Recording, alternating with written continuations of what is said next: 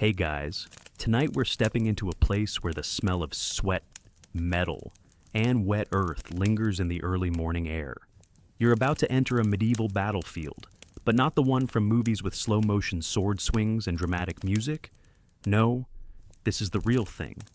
And let me warn you right now, you probably wouldn't survive 5 minutes there. Between the mud, the aching armor, and the very questionable food, it's a miracle anyone made it out at all. Before we begin tonight's journey through history, I have a small favor to ask. If you're enjoying this peaceful corner of the past, please consider giving the video a like or subscribing to the channel so you won't miss any of our upcoming nighttime adventures. It truly helps this little channel grow, and it means so much to me. If you're still awake enough to type a few words, I'd love to know where in the world you're listening from, and what time it is where you are. I find it so heartwarming to see history gently unfolding across time zones, quietly shared together. I sincerely hope this historical story is gentle enough to ease you into sleep, but there's always a small risk. It might be too interesting. And if you do happen to stay awake through the whole thing, at least you'll walk away with a bit of new knowledge. And if that's what keeps you up tonight, well, I'd say that's worth it. Now, dim the lights, maybe turn on a fan for that soft background hum, and let's ease into tonight's journey together. You wake before the sun. The sky is still navy blue, the kind of blue that almost hums if you stare at it long enough. The grass beneath you is cold and wet, soaking through the rough blanket that never fully kept you warm during the night. There's a hush in the air, a strange silence, like the world is holding its breath. Around you, campfires sputter and hiss. The embers glow faint orange, barely bright enough to see the outlines of the men nearby. Some are already awake, crouched over pots of something thick and grayish, ladling it into wooden bowls. Others sit, hunched and bleary-eyed, staring into nothing. One man is softly singing to himself, something about a rose and a sword. No one tells him to stop. It's oddly comforting. You sit up slowly. Your back aches. Your shoulders feel like they've been carrying buckets of stones for days. And, in a way, they have. The padded jack you wear under your armor is still damp with yesterday's sweat. Your fingers are numb as you fumble for your boots, crusted in dried mud and something you'd rather not think too much about. A rooster crows in the distance. You're not sure why that's funny, but it is. In the middle of all this noise and tension and clanking metal, some bird still thinks it's just another morning on the farm. You glance at the sky again. A pale pink streak begins to bleed along the horizon, like someone brushed watercolor across the clouds. It's beautiful. You wish it didn't mean what it means. A grizzled man limps past you, slapping a dented helmet under his arm. "Up," he mutters. "Today's the day." He doesn't say what day it is. He doesn't have to. You rise, brushing your hands on your trousers, and make your way toward the gear pile. Your armor sits there like a pile of angry metal waiting to bite you. You eye the straps and the buckles and the heavy iron like a puzzle you're too tired to solve. Someone helps you. Eventually, they always do. No one wants to die just because their chest plate was put on backward. A young squire tightens the straps around your arms. He doesn't make eye contact. His hands shake, just a little. You want to tell him it's going to be okay, but you don't know that it will be. So, instead, you nod. Nearby, a knight is arguing with a cook about the size of his biscuit. "If I'm dying today," he says, "I'm not doing it on an empty stomach." The cook doesn't laugh. He just hands him a second one, dry and hard as a shield. You get your own breakfast, a meat pie that's more crust than meat and smells faintly of fish, followed by a gulp of ale that makes your head spin. Someone passes you a piece of soft cheese. It tastes like old hay. You chew anyway. A priest walks through the camp now, swinging a censer. The smoke coils through the air like mist. He's murmuring in Latin, something about salvation and mercy. Most of the men just nod. One man tries to kiss the cross and trips over his own sword. Your commander arrives on horseback, looking far too clean for someone who's slept in the mud. He gives a short speech, more bark than poetry, something about honor and courage and the good name of the house. You're not really listening.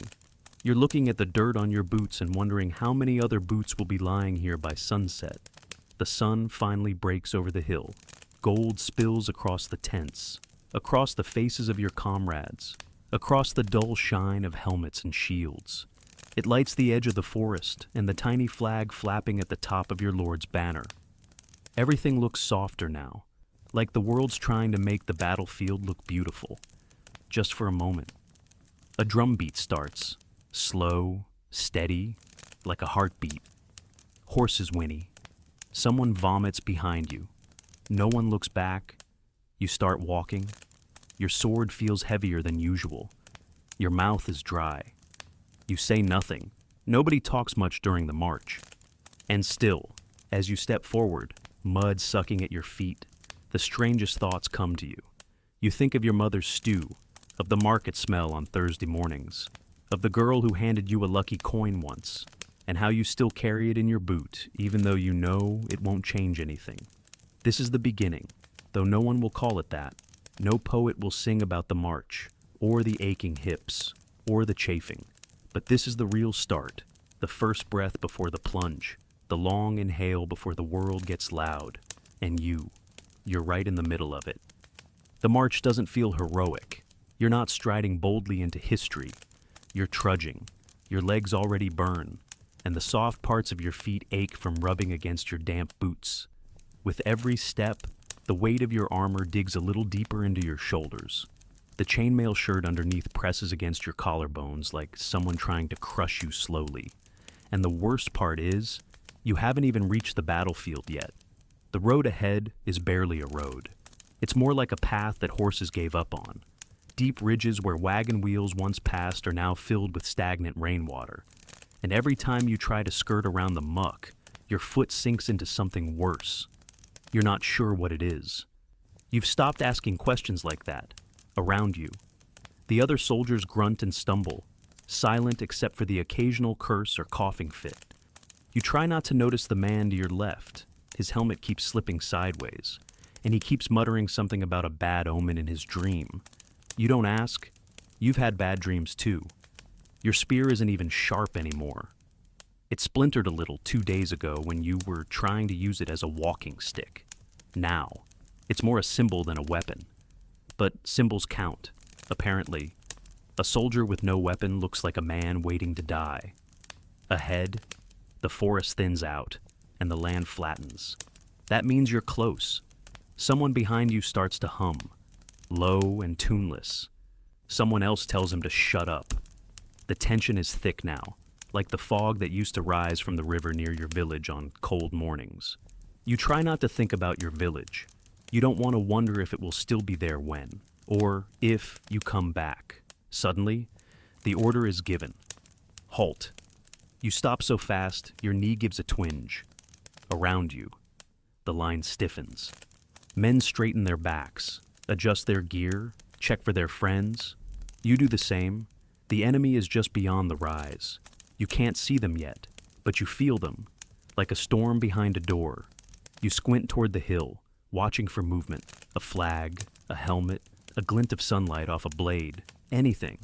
But the air is still.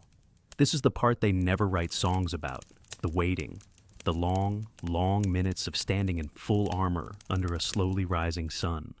Your breath trapped under your helmet, your fingers twitching around a sword hilt or spear shaft. You want something to happen, anything, but you also want nothing to happen. You hear a bird, a tiny, ridiculous bird chirping from a tree to your right, like it doesn't realize what today is. You almost laugh. Your commander rides along the front of the line, his horse snorting, hooves sinking into the earth. He says something loud about honor again, about bravery, about the eyes of heaven watching. You nod, because that's what you're supposed to do. Then he stops talking, and everything is quiet. That's when it begins. A trumpet sounds, not yours. The first blast splits the air like a crack in the sky. It echoes across the field, and suddenly, the calm isn't calm anymore. It's a kind of panic in disguise. You hear feet moving, armor clanking, voices barking orders. Your own trumpet answers. Your hands tighten around your weapon. You shift your stance. You feel your heart slam against your ribs, like it's trying to run away before the rest of you can. Over the rise, they appear. First, their flag. A dark red banner with a black symbol you can't quite make out, flapping in the morning breeze, then helmets, spears, shields glinting dully in the sun, and bodies, rows and rows of them, marching in step, a wall of metal and menace. You're not ready. No one is ever ready.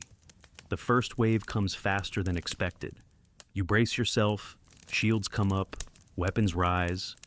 The man next to you says something, maybe a prayer, maybe a curse, and then they're on you. The noise is immediate. It's not one sound, it's 1,000. Steel on steel, metal scraping bone, men yelling, feet pounding, arrows slicing the air. It all mixes into a roar that fills your ears and your chest and your skull. You swing your weapon without thinking. Someone else screams. You don't know who. You try to remember your training. Keep your stance wide. Watch for the shoulders. They always move before the weapon. Stay near your line. Don't get pulled in. Don't get isolated. But it's hard to remember rules when someone is swinging a blade at your face. Your arm jolts with the shock of an impact. Your shield caught something. You don't know what. It hurts anyway. You strike back. You miss. You duck. You almost fall. Someone barrels into you from behind. You stumble forward, nearly into the tip of a spear. You twist, slam your shoulder into a man wearing the wrong colors. He goes down. You don't know if he's alive. You don't have time to check. The air is thick with the smell of sweat and blood and churned up dirt. And something else, something sharp and metallic that catches in your throat. Iron. That's what people say blood smells like. Iron and salt. You lose track of time. It could be minutes. It could be an hour. The sun is higher now. The heat begins to press down on you, trapped beneath your armor like a furnace. Your breath comes in gasps. Your arms feel like they're made of wet cloth. Everything blurs. You swing again. You miss again. You backpedal. Your heel hits something soft and yielding. A body. You don't look down. You slam your shield into a man who wasn't expecting it. He crumples. You step over him. Your legs are numb. You're running on instinct now. Someone yells your name. You turn, and a warhorse is coming. Massive, snorting, eyes wide, nostrils flared. A knight atop it raises his sword. You freeze. There's no time. And then a hand grabs your collar and yanks you sideways. Hard. You fall to the ground, barely missing the hooves. The horse thunders past. The knight swings at air. You lie there, panting, heart rattling in your chest like a drumstick in a kettle. Dirt in your mouth. Blood on your cheek. You don't know who's... The man who pulled you aside is already gone, vanished into the chaos. You don't know his name, but you owe him everything. You scramble back to your feet. Your legs feel like pudding and your hands shake, but you're upright. And that's something. Around you, the battle doesn't pause. It roars. It crashes. It pulses like some angry living beast, and you're still inside its mouth. You wipe the grit from your eyes with a sleeve that smells like old cheese and panic. Your helmet's askew. Your ears are ringing. But you're alive. Barely. You catch sight of your line, or what's left of it. Soldiers scatter and regroup, some holding ground, others drifting like leaves on a storm wind. You find a familiar shield crest and lurch toward it. It's the same awkward blue stag you've been staring at for days. You've never liked it more than now. A man swings at you as you pass, wrong colors again. You parry without thinking, and the clash of metal jars your arm to the bone. His eyes widen just before you punch your shield forward, right into his nose. He drops. You don't wait to see if he gets up. Your breathing is too fast now, too shallow. You try to slow it, in through the nose, out through the mouth. It almost works. And then another sound rises, different, sharper, a new trumpet, far away. You know that tone. Archers. You don't even look up. You just drop. The ground welcomes you like an old friend, cold, wet, unforgiving. Above, the sky darkens, not with clouds, but with arrows. So many arrows. It's like watching a murder of crows dive together. You hear the whine in the air before the first wave hits. Thunk, thud, clatter. Some strike shields, some find flesh. You hear a man shriek near your left ear, then nothing. A few arrows bite the earth inches from your boots. You lie still. You do not breathe. For a moment, you are just another piece of the ground. The barrage ends as quickly as it began. You roll to your knees and look around. The field has changed again. Some men lie still, some curled as if asleep. Others sprawled like broken marionettes. A few crawl, bloodied and wide-eyed, like they're trying to reach something that isn't there. You want to help. You also want to run. Your body chooses neither. You simply stare. Nearby, a young archer stumbles forward, arrow still knocked but useless. He's maybe 15, maybe younger. His helmet's too big. His left arm hangs uselessly. He looks at you like you might have the answers. You don't. He nods anyway and vanishes into the smoke. Smoke? Yes. Someone has set fire to the dry grass at the edge of the field. Maybe your side. Maybe theirs. It doesn't matter now. The air begins to sting. You blink against the heat, and your lips crack when you open your mouth. Somewhere ahead, a horn sounds again. The low, guttural one that signals a push, a charge, the second wave. You brace, and they come. More infantry, fresh or just better rested. You can't tell. Their faces are red and furious. Their steps thunder. Shields slam. You're up again. Weapon ready. Arms screaming in protest. You're surrounded, not entirely, but enough. To your right, a tall soldier swings an axe at a man beside you. The man raises his shield too late. The blow lands with a sound you'll never unhear. Something between a crunch and a crack. He folds like a sack of grain. You lash out.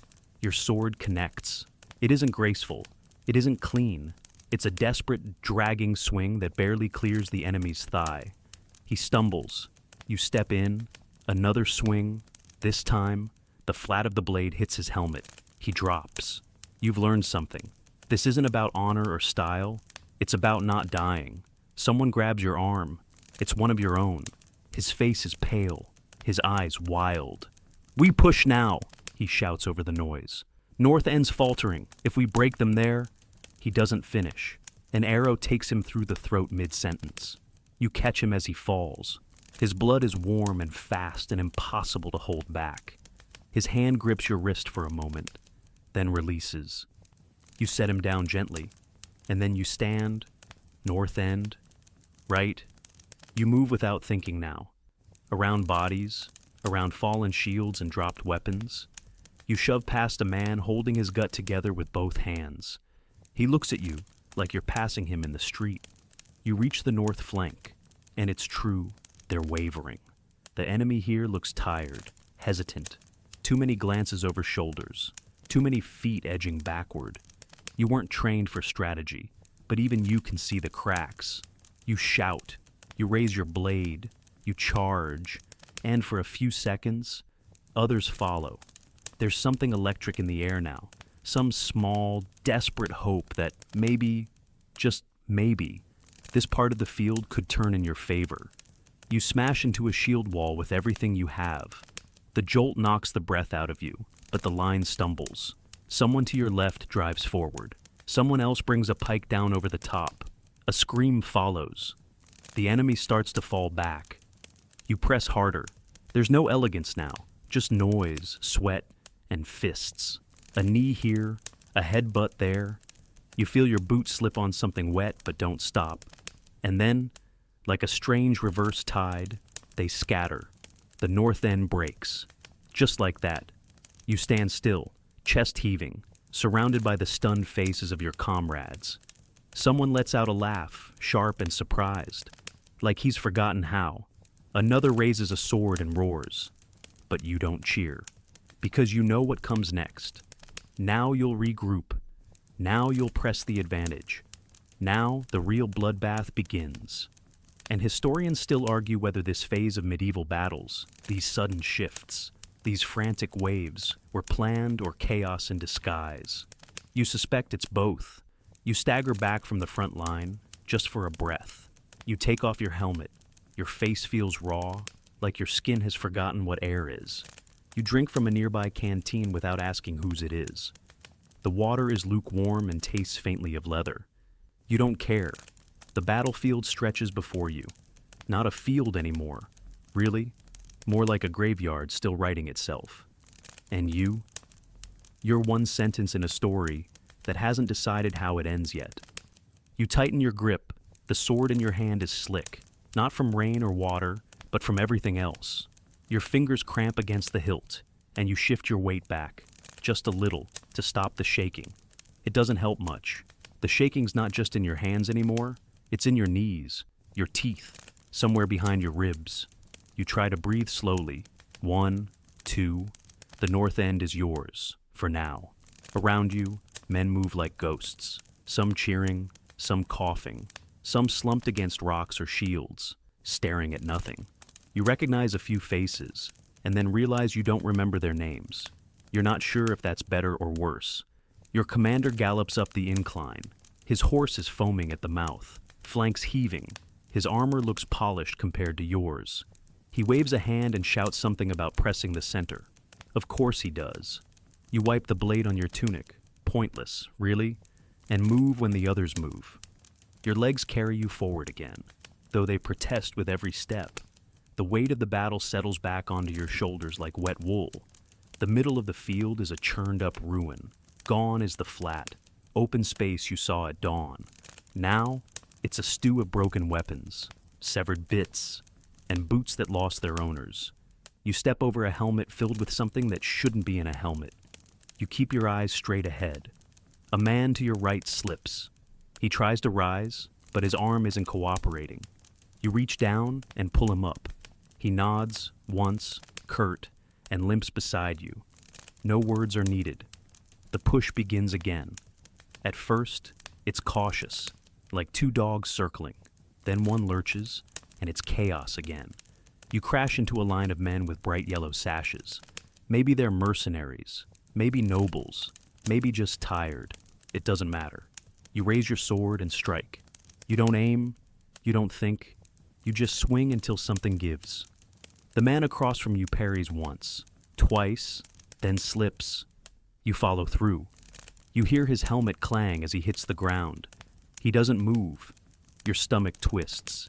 You want to stop. You want to say sorry. But another man steps in, and it starts again. Everything blurs.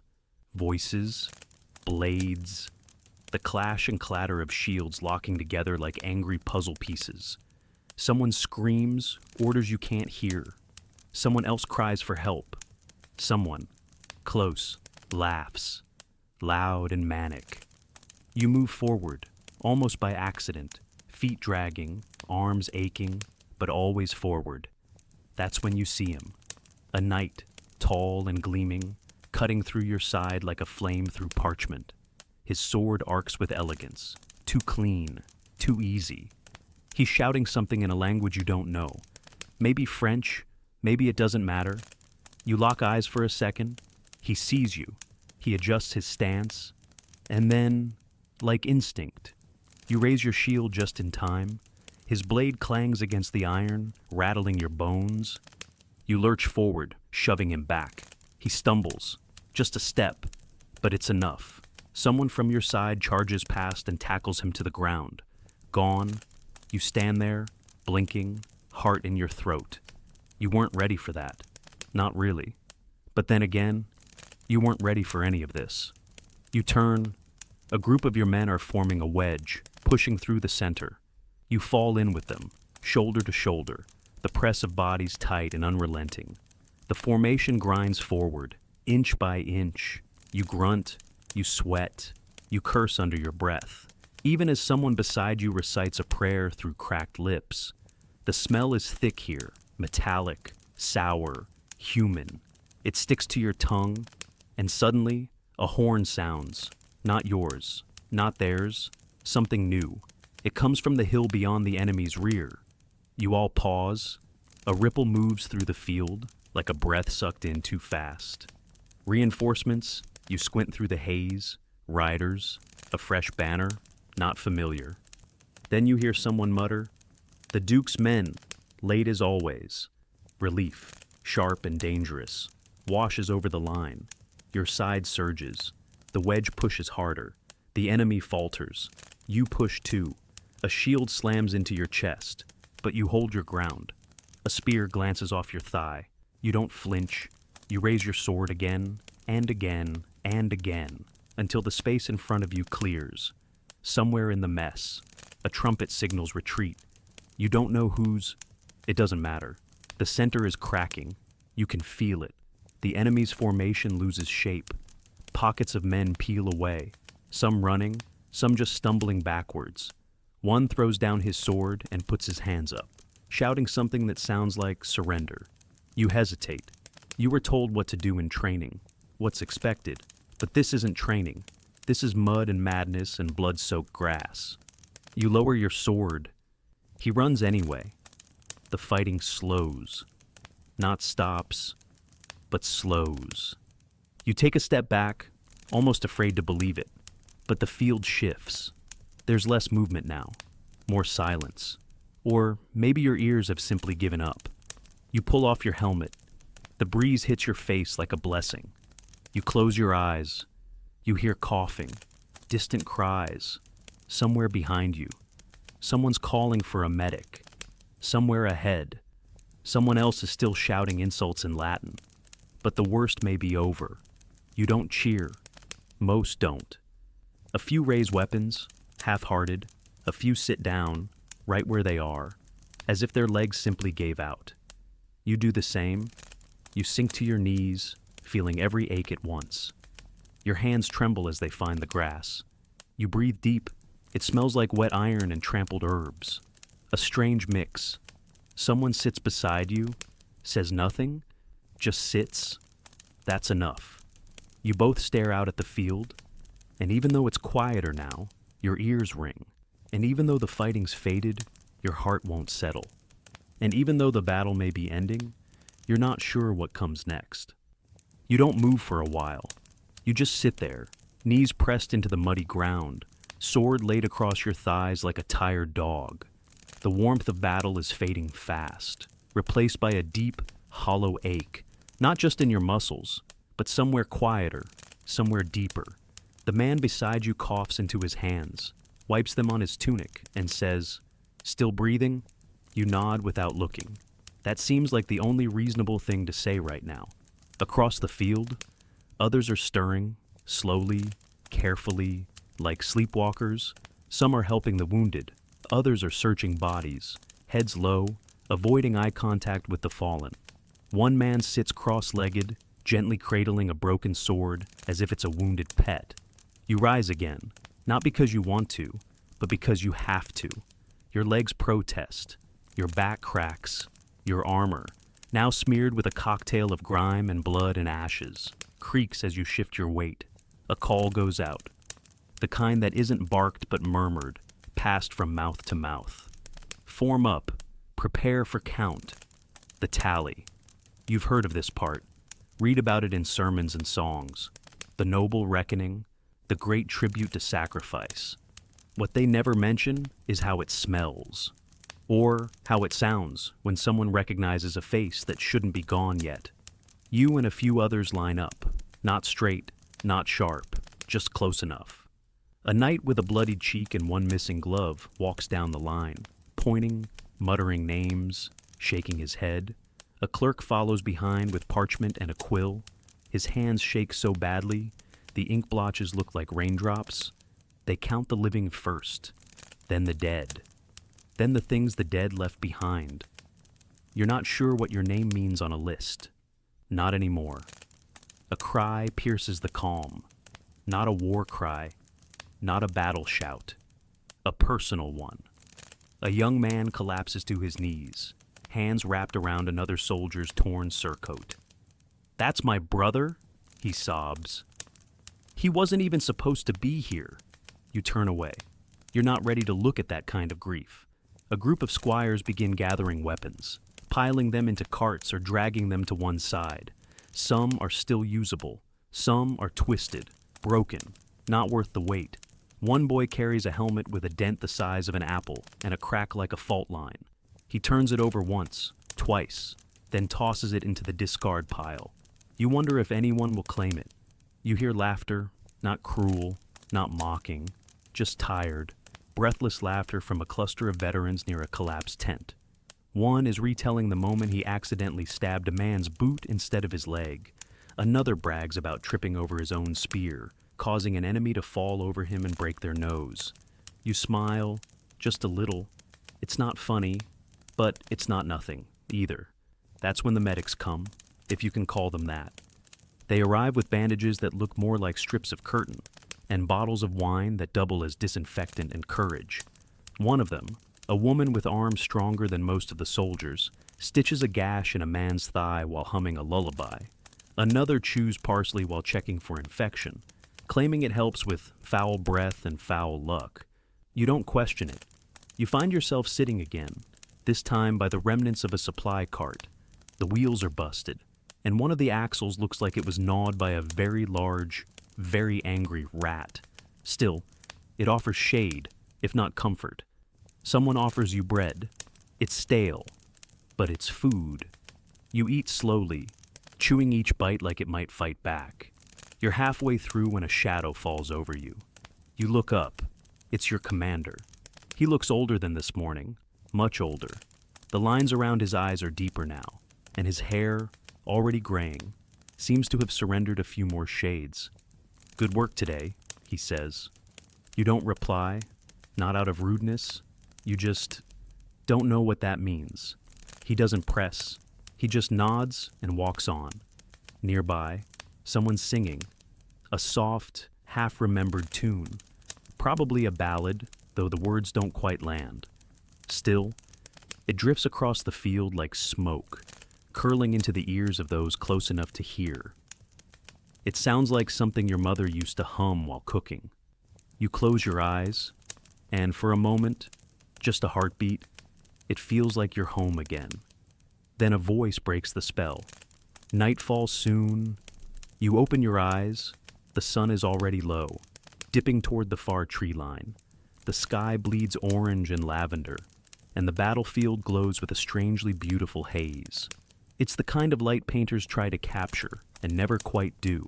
With night comes a different kind of danger. You gather what's left of your gear. Your scabbard is torn, your canteen half full. You find your coin, the lucky one, still tucked in your boot. You don't know why that matters, but it does. Campfires begin to sprout again, one by one, some with laughter, some with silence. You sit by the first one you see, grateful for warmth. Someone passes a wineskin. You drink, it burns, you pass it on, across the flames. Someone starts telling a story about a battle long ago. You don't catch all of it, but you hear enough to know that it's mostly lies. Glorious charges, perfect formations, heroes who never bled. You say nothing because tomorrow someone might tell your story, and you wonder what parts they'll make up. You stay by the fire longer than you should, not because it's warm, though it is, not because you're waiting for orders, though part of you always is, but because there's nowhere else to go. The flames dance in lazy rhythms, casting long shadows that stretch across bent helmets and broken spear shafts. The smoke curls into the night air, soft and slow, like it's trying to forget what it saw today. You shift your weight and feel every bruise at once. One near your ribs, deep and pulsing, another on your shoulder, stiff and hot, and then the dozens of tiny scrapes you didn't even notice until now. You're a mosaic of dull pain. Still, you're one of the lucky ones. A man across from you tends to his foot. He's taken off his boot, and the sock underneath is soaked through. The skin is blistered, swollen, and very likely infected. He doesn't seem to care. He's humming the same tune someone sang earlier, the one that drifted like mist. To your left, a younger soldier is polishing a sword that doesn't belong to him. It's too fine, too clean, likely taken from the battlefield after its owner stopped needing it. He runs a cloth over the blade with a tenderness that doesn't match the day's brutality. You wonder if it makes him feel braver, or just less afraid. behind you. Two men argue about meat, not in the hungry way, in the stupid bone-tired way that comes after too much horror and too little rest. I'm telling you, one says, if you cook pigeon too long, it tastes like boot leather. I've eaten boot leather, the other replies. It tastes better than pigeon. They both laugh, wheezing, ugly laughter. But it's laughter all the same. You smile without meaning to. That's when someone mentions the word again, quietly, cautiously, like it's still forbidden. Loot. You glance sideways. It's not a secret. It never is. Everyone knows what happens after a battle ends. After the songs are sung and the counts are tallied, there's always something left behind. Weapons, pouches, jewelry, things sewn into tunics or hidden in boots. And if you don't take them, someone else will. Just the enemy, one man says quickly. Nothing from our own?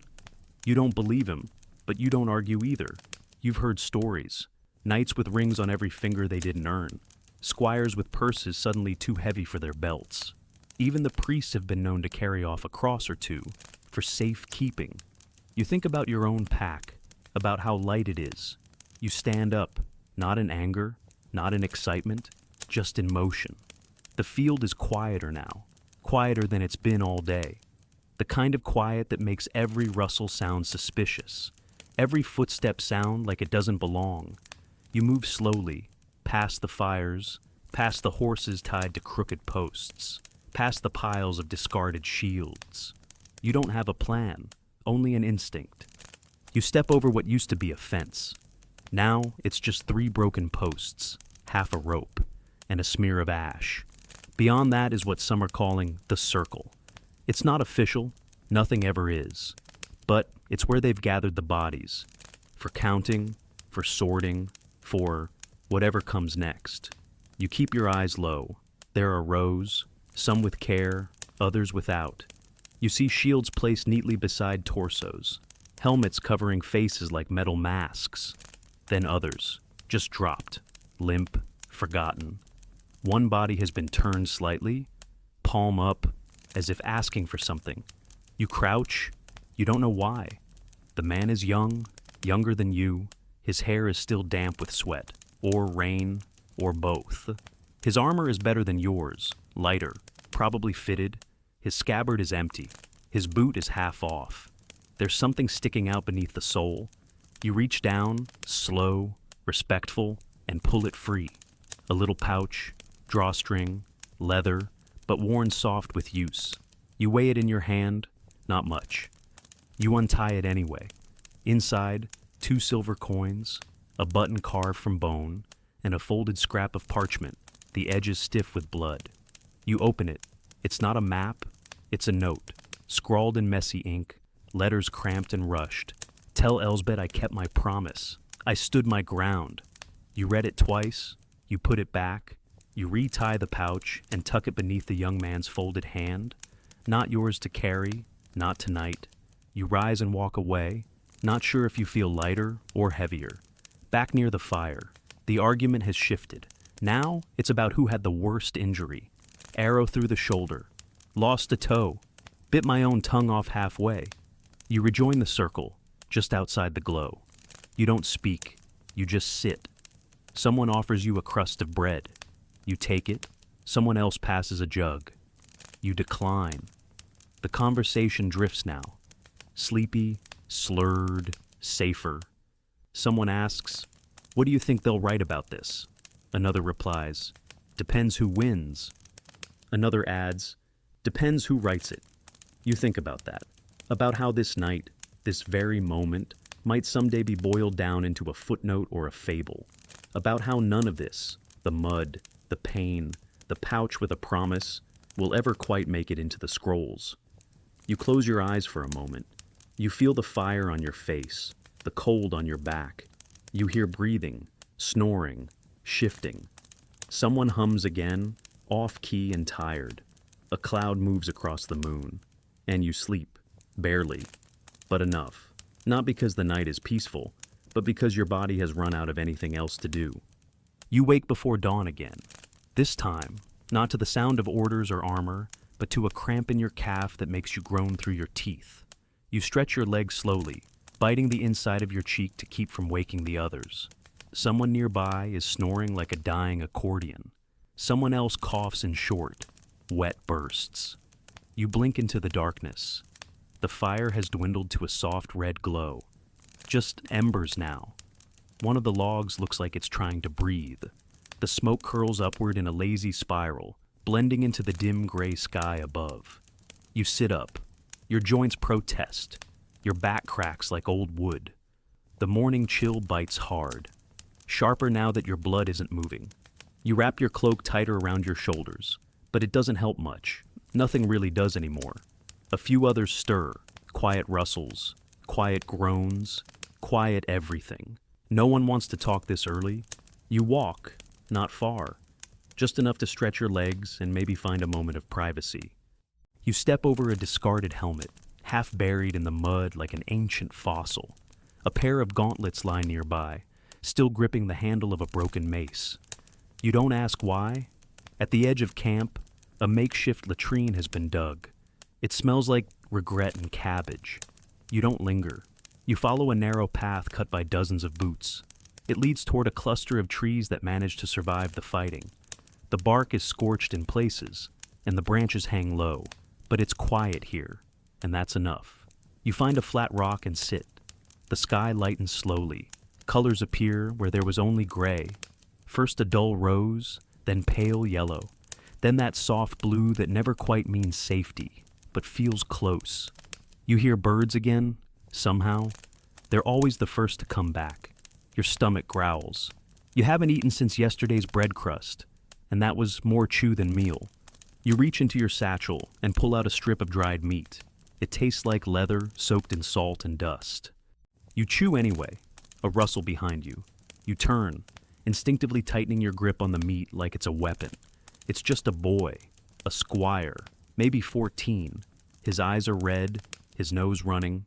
He nods once, silent, and sits on a nearby stump. You offer him the other half of the strip. He takes it without a word. You sit there for a while, chewing together. Then he says, quietly, "Do you think they'll bury them today?" You don't answer right away, because you don't know. He swallows. "My uncle, he's still out there. I think he had a red feather on his helmet." He sniffs. "I looked. I didn't see it." You nod. You want to say something comforting, something adult, something like, "He probably made it out. Maybe he's just on another part of the line." But you know how unlikely that is. So instead you just say, "Red feather's easy to spot. That's good." He nods. He doesn't believe you, but he appreciates the attempt. Eventually, he stands and walks back toward the camp. You stay for just a few more breaths, then you rise too. By the time you return, camp is moving. Not quickly, not loudly, but moving. A few fires are being rekindled. Someone sharpens a blade with more focus than purpose. Someone else boils water in a dented kettle over a shaky flame. The sound of clanking metal fills the air, not from battle, but from morning rituals. Buckles being fastened, pots being hung, boots being stomped dry. You help where you can. You split kindling, share water, stitch a torn sleeve with twine that frays at every pass. You're not a healer, you're not a cook, but you can be a pair of hands. That counts for something. Then come the orders. They travel through the camp like a tide. Prepare for movement. Inspection first, then retrieval, then burial. Burial. The word lands like a stone in your stomach. No one questions it. No one celebrates it either. It's just the next task. You return to the field. The morning sun is brighter now, though it doesn't bring much warmth. You squint against the glare as you walk the same ground you bled on yesterday. The same hill, the same slope, the same awful patch of earth where someone screamed your name before being swallowed by the crowd. The bodies are still there. Not all. Some have been moved. Some have been collected. But many remain.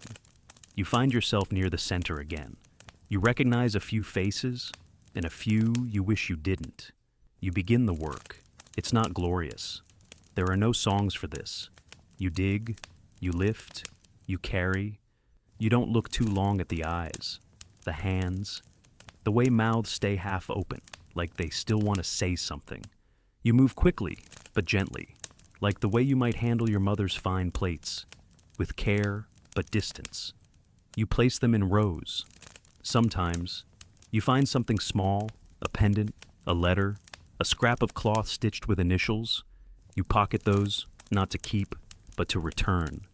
If there's anyone left to give them to, by midday, you're covered in dirt and something else. Something thicker, heavier, that sticks to your skin no matter how much you wipe. A priest arrives to say words. He tries to speak with gravity, with reverence, but his voice cracks. Not from emotion, from exhaustion. Still, he speaks, and that's enough. A few men bow their heads. Some weep. Most just stare.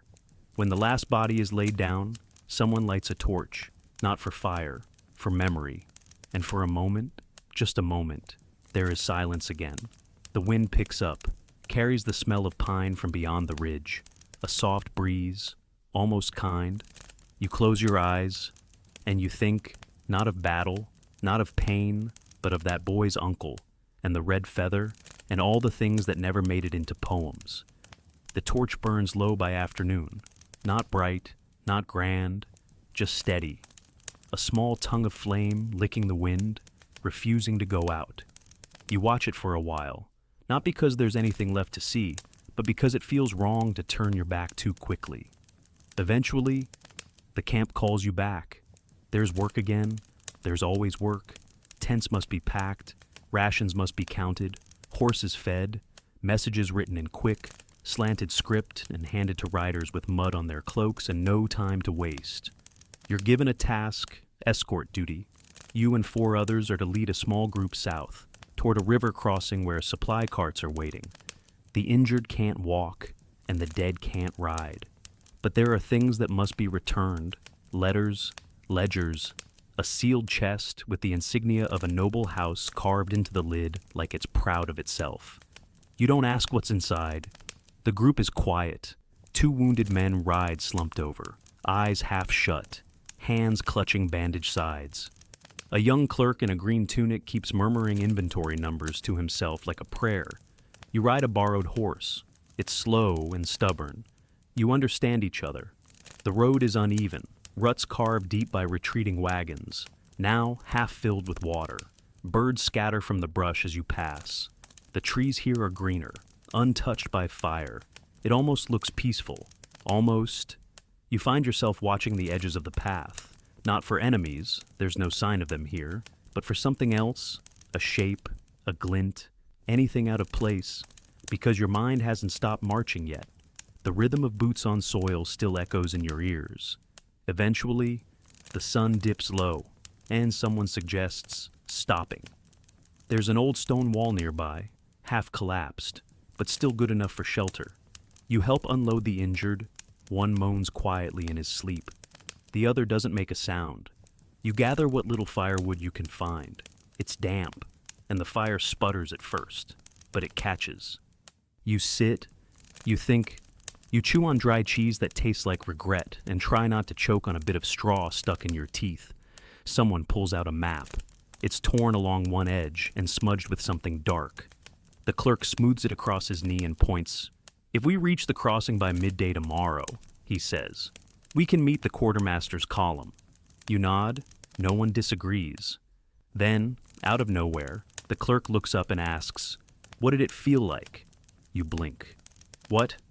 "The fighting," he says. "The center push. They said it turned everything." You don't answer right away, because you're not sure what to say.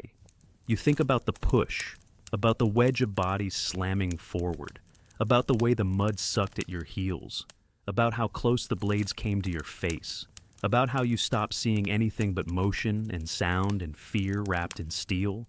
You look at him and say, "It didn't feel like anything, not until it was over." He nods, like he understands. But you know he doesn't. Not really. He doesn't need to. The fire crackles. Someone snores nearby. You lie back against the saddlebag and stare at the stars. They're clearer here, sharper, unbothered. You wonder if anyone on the other side of the war is looking at the same stars. Probably. Maybe they're asking the same questions. Maybe they're hoping for the same peace. You drift off before you can finish the thought. Morning arrives wrapped in fog. The road looks like it's vanished. You can only see a few paces ahead. The horses snort nervously. One of the wounded men has developed a cough that sounds worse than it should. You press on anyway. The silence is strange, thick, padded, as if the fog itself is trying to hush the world. No birds, no wind, just hooves, breathing, the creak of leather straps. It's almost a relief when the river appears, wide, gray, slow-moving, the kind of river that seems ancient, like it's been watching people come and go for longer than history can remember. A rickety wooden bridge stretches across it. A few guards in mismatched armor wave you forward. They look as tired as you feel. You dismount and begin unloading. A man with a clipboard starts asking questions. Names, dates, casualty reports. You hand him what you have. He barely looks up as he writes. Another man directs the injured toward a waiting cart lined with straw. The one who'd been coughing tries to stand and nearly collapses. You and another soldier catch him just in time. His skin is pale, lips cracked. He tries to smile. You nod instead. The sealed chest is taken away by two men with matching tattoos and no conversation. You watch them go. You don't know why it bothers you. The clerk sighs, adjusts his satchel, and tells you, "We'll probably be reassigned by tomorrow." You nod, again, because that's what you do. You're given food, better than what you've had in days. Warm bread, a bit of stew, something with carrots. It's enough to make you suspicious. You sit by the river and eat. You watch the water slide past, smooth and slow, and for a while, you let your sword rest at your side, not gone, not discarded, just resting. You stretch your legs, roll your shoulders, feel the bruises bloom again under your skin. You take a deep breath and let it out slow. It smells like wet wood and distant campfires. And something else. A pause. Like the world has taken one long inhale and hasn't decided whether to scream or whisper. You close your eyes and let it whisper. You don't remember when you last felt clean. Not just your clothes or your hands, your thoughts, your breath. Everything feels like it's coated in dust and ash and something heavier. Something that doesn't wash off. Not easily, anyway.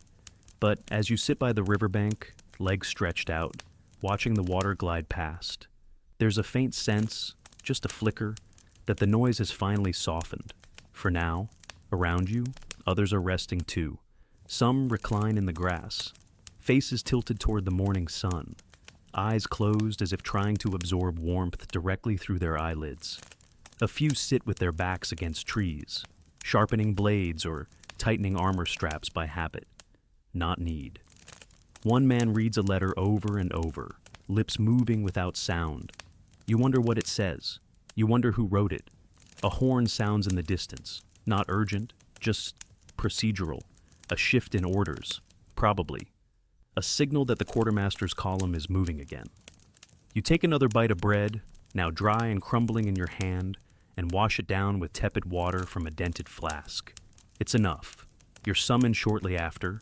Your name is called, not loudly, not sternly, just spoken into the morning like it already belonged there. You follow the voice to a canvas tent pitched at the edge of the field. Inside, a tall man in clean robes greets you with a nod. A ledger lies open on the table beside him. "Survivor report," he says, motioning for you to sit. You don't. He dips a quill into ink. Name. You give it. Unit. You answer. Status. You pause. Alive. You say finally. He doesn't smile, but his quill hesitates slightly, as if the word made a mark deeper than ink. Then he scribbles something, tears off a strip of parchment, folds it, and hands it to you. "Deliver this to the northern ridge," he says. "Command tent. They'll have further instruction." Of course they will. You tuck the message into your belt and step back outside. The sun is higher now, and the fog is starting to lift. You spot your horse grazing under a tree, tail swishing half-heartedly at flies. You collect the reins, swing up, and set off at a steady trot. The northern ridge isn't far. The road winds through soft hills, past carts creaking under crates, past riders in pairs whispering to one another, past peasants with wide eyes and bowed heads carrying bread and bandages to places they're afraid to ask about. You nod to them as you pass. They nod back, unsure whether to fear you or thank you. You reach the ridge by midday. The command tent is easy to spot, larger than the rest. Its canvas dyed a deep blue and trimmed with gold thread that looks far too clean for a battlefield. 2 guards flank the entrance. They examine your parchment, then wave you inside. It's cooler here, dimmer, inside. A handful of men and women study maps spread across a long wooden table. Tiny flags dot the parchment landscape like scattered seeds, red, blue, green, all pressed into imaginary dirt. No one looks up at you, not at first. Then one speaks. You are in the center push. It's not a question. You nod. The speaker is a woman in partial armor, sleeves rolled, hands ink-stained. Her face is tired but focused. She motions you forward. You saw how they broke? You describe it as best you can. The wedge formation, the faltering line. The moment the north end collapsed like wet bread. She nods again, then points to a mark on the map. We need to know if this was luck or strategy. You say nothing, because you're not sure either. She notices your silence and waves it off. You've done your part. Get a new uniform, report to the quartermaster. You hesitate, then you ask, "What happens now?" She looks at you for a long moment, then, "Now we pretend it's over." You nod slowly and leave. The quartermaster's tent smells like wax, ink, and wool. You stand in line behind a man with one eye and a girl barely tall enough to see over the counter. She's carrying a sword almost as long as her legs. When it's your turn, the clerk barely glances up. Name? You give it. Size? You shrug. He tosses you a tunic, trousers, a belt, and a fresh pair of boots. All of it smells strongly of soap that doesn't quite hide the faint tang of someone else's sweat. You carry it to the edge of the tent and change behind a curtain that flaps in the wind. The fabric sticks to your skin. The boots pinch, but the tunic is warm, and for the first time in days, you don't smell like blood and horses. You fold your old clothes and set them down carefully on a pile of discards. You pat your boot once, just to feel the coin is still inside. Still lucky. Maybe, by nightfall, you're back near the river. The fires are lit again. Stew simmers in battered pots. A man is playing a flute, terribly, but with conviction. You sit by the water and watch the sky change colors. The stars arrive slowly. No trumpets, no ceremony, just one by one, like shy guests returning to a party that ended long ago. You lean back, arms crossed behind your head, and breathe. It's still not peace, but it's the closest you've had in a while. And as the night air cools your cheeks, and the wind rustles through the grass like a whisper in an old language, you allow yourself a small, fleeting thought. Maybe tomorrow won't be worse. Maybe. You wake to the sound of distant drums. Not battle drums, these are slower, more deliberate, ceremonial, maybe, mourning. You're not sure. The sound rolls over the field like mist, soft and rhythmic, as though it's trying not to wake those who didn't survive yesterday. You sit up, blanket half tangled around your legs. Your body aches less than it did 2 days ago, but there's a new stiffness now, a heaviness that has nothing to do with bruises or torn muscles. It's the kind of weight you carry in your chest, just behind your ribs, where words sometimes fail to go. The river beside you still flows, unbothered, unchanged. It doesn't care who won or who died. You dip your hands into the cool water, splash your face, and drink from your cupped palms. It tastes like moss and stone, familiar, real. The camp is stirring slowly. Boots shuffle on gravel, carts creak, a kettle whistles. Smoke drifts upward from fresh fires, blending into the morning haze. Somewhere nearby, a man is singing a hymn, quietly, off-key, but with a kind of shaky devotion that makes you stop and listen. You almost don't notice the messenger until she's standing beside you. "Orders," she says. She's young, freckles, one braid. Her uniform is too big. She hands you a parchment sealed with wax and doesn't wait for acknowledgement before turning and jogging off toward the next group. You break the seal. A single sentence. Report to Ridge 7 with full kit. Reassignment confirmed. Of course. You pack without speaking. Your gear is already worn again. Despite being new just yesterday, the belt is fraying, the boots still pinch. You sling the satchel over your shoulder, check the coin in your boot out of habit, and start walking. Ridge 7 lies northwest, past the charred fields and half-buried trenches that haven't been touched since the early days of the campaign. The road there curves like a lazy snake, winding through gnarled trees and patches of knee-high grass. You pass other soldiers heading in the opposite direction, eyes down, shoulders slumped. Some nod as they pass, some don't even look up. You reach the ridge before noon. It's not much to look at. A few tents, a signal post, a cook fire smoking with something that smells like old turnips. A small group is gathered near the edge, watching the horizon. You check in with a gray-haired man wearing 3 swords like it's a fashion statement. He glances at your orders and grunts. "You're on scavenger detail." You raise an eyebrow. He shrugs. "Supply wagons didn't make it through 2 nights ago. Lost in the ravine, ambushed. Command wants every usable item recovered, even spoiled grain, even nails." You nod, because of course they do. You're given a horse and paired with a man named Toval. He's got a limp and a laugh that sounds like a broken bell. "Hope you like dead carts," he says, adjusting the straps on his pack. "They're today's special." The 2 of you set off within the hour. You travel west, off the main trail, down a ravine path littered with broken wood and bent axle pieces. The slope is steep, the mud slick. You dismount and lead your horse by the reins.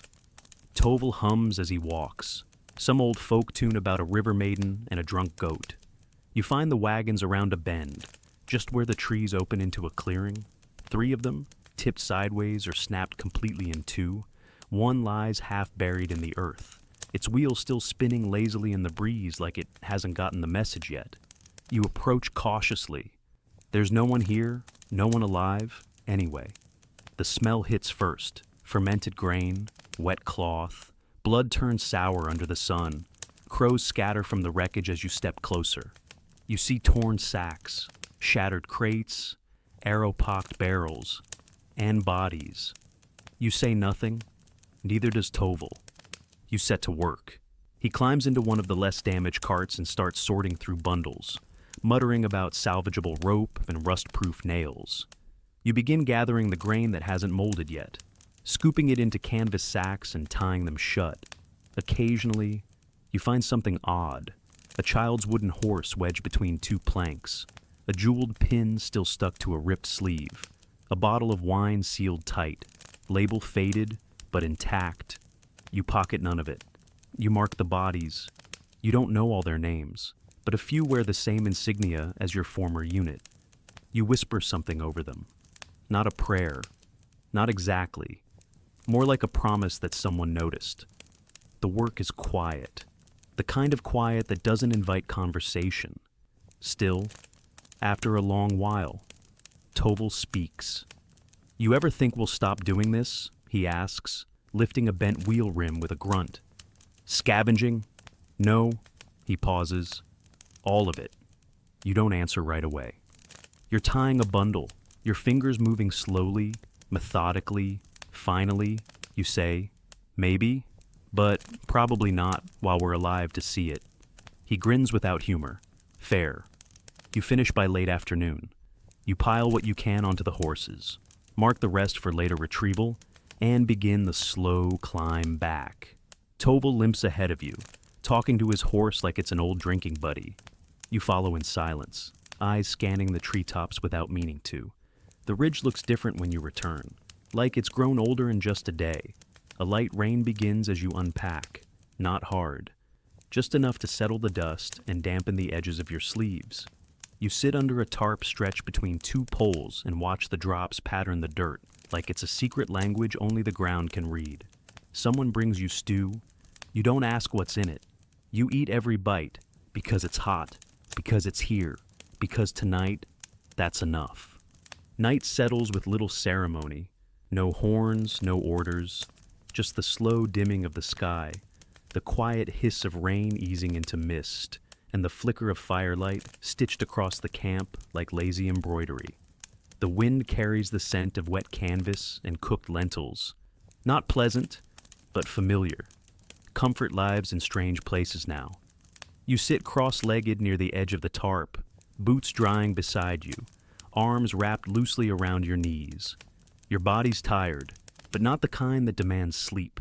It's the kind that waits, quiet, expectant, like a horse standing still but ready to bolt at any sound. Toval leans against a post across from you, sharpening a knife that doesn't seem dull. His movements are slow, almost bored. The blade glints with each drag across the stone. "You ever do this before?" he asks without looking up. You glance over. "Scavenge?" "No." He smirks. "Survive?" You raise an eyebrow. He shrugs.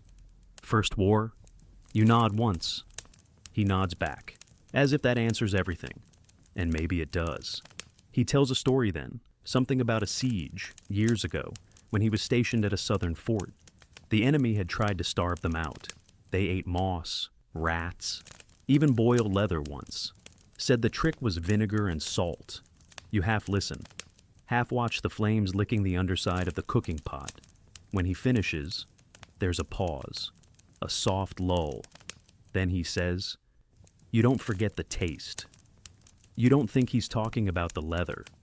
The rain picks up briefly, tapping against the tarp in lazy rhythm. You lean back on your hands and look at the night sky, now veiled behind a thin curtain of clouds.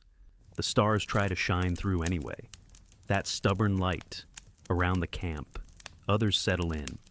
One group plays cards using a flat stone as a table. Another shares a flask that's passed with quiet ceremony, each sip chased with a grunt or a cough. A soldier nearby is writing a letter in the dirt with a stick, then rubbing it out with his palm, only to begin again. You lie down eventually, head on your rolled cloak, fingers interlaced over your chest. You try not to dream. Morning arrives without fanfare. The sky is the color of old tin. No birds, no sun, just a low, steady grayness that hangs heavy over the ridge like wet wool. You're given new orders over a bowl of something pretending to be porridge. This time, you're not going anywhere. You're staying on the ridge, supply watch. It sounds simple, even dull, but nothing stays simple for long out here. You're stationed near the lower path, where carts from the eastern route are expected to arrive. Toval's with you again. He grunts as he lifts a wooden crate into position, muttering about his back and the general disrespect of heavy objects.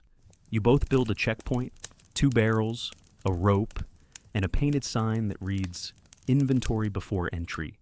It's crooked, slightly smudged, and tied with string that looks like it came from a laundry line. You couldn't care less. It works. The first cart shows up before noon.